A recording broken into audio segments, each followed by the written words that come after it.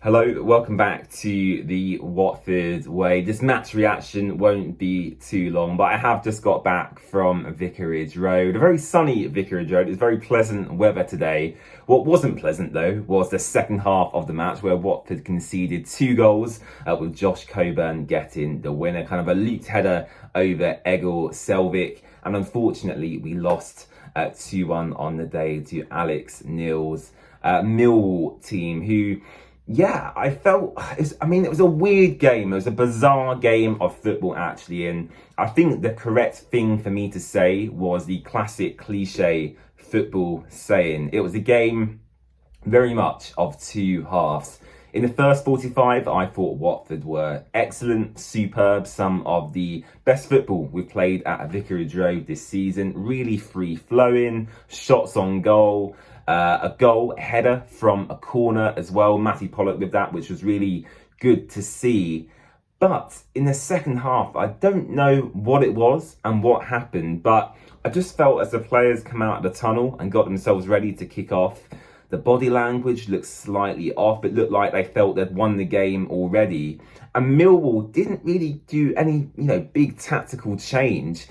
They just went out there and said, right, let's put in more energy, let's press them higher and put Watford under a bit more pressure, because they hadn't done that up until the second half kicked off. And what it did was panic us defensively. And I thought we looked really poor, actually, in the second half, playing out from the back, when usually we look quite comfortable. Selvik, Abankwah, Ngakia all looked quite poor with the ball playing out from the back. Tomdeli Bashiru had one of his worst games as well. And I don't know, I don't really know what happened, but in the second half we just fell off completely. And as I said, Millwall scored 2 goals in quite quick succession actually.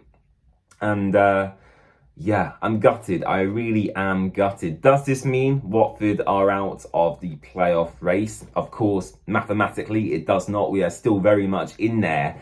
However, a win today would have gone a very, very long way in pushing us right up the table into kind of 7th, 6th and 5th position. And what we've done is we've kind of, gone back down into kind of that mid-table, stagnation position really. And don't get me wrong, if you offered me a solid mid-table finish come the start of the season, I would have bitten your hand off. That is, for me, an overachievement with the Watford squad we have currently. But to get so close and then fall off at the very last hurdle, really does hurt me deep down in my heart. So hopefully we can respond with a good performance against Swansea on Wednesday night. If we don't, then I will say our playoff dreams have unfortunately come to an end.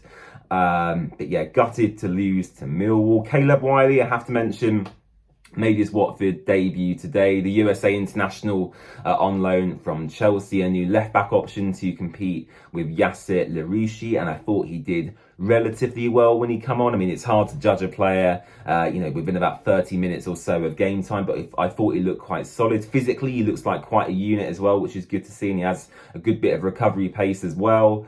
Other than that, there weren't really any standout players. Mamadou Doumbia unfortunately went off with an injury about halfway through the second 45 as well, which is really unfortunate to see. It looked like he pulled like a thigh muscle or a calf muscle potentially. He looked in tears actually when he was brought off the pitch to be replaced by Vacuum Bio. So hopefully Doumbia recovers very, very quickly. And that's the last thing we need really, another injury, because we've got Barr, Duomo and Bachmann all out injured still currently as it stands. And to add Doumbia to that list as well, to an already stretched Watford squad is slightly frustrating. But I think if I'm to be realistic and not think with my heart and think with my head, I think Watford are probably drifting towards kind of a standard, 12th place, championship finish. Nowhere near the relegation battle, but then falling off from the playoffs at the last hurdle. So, let me know who your man of the match was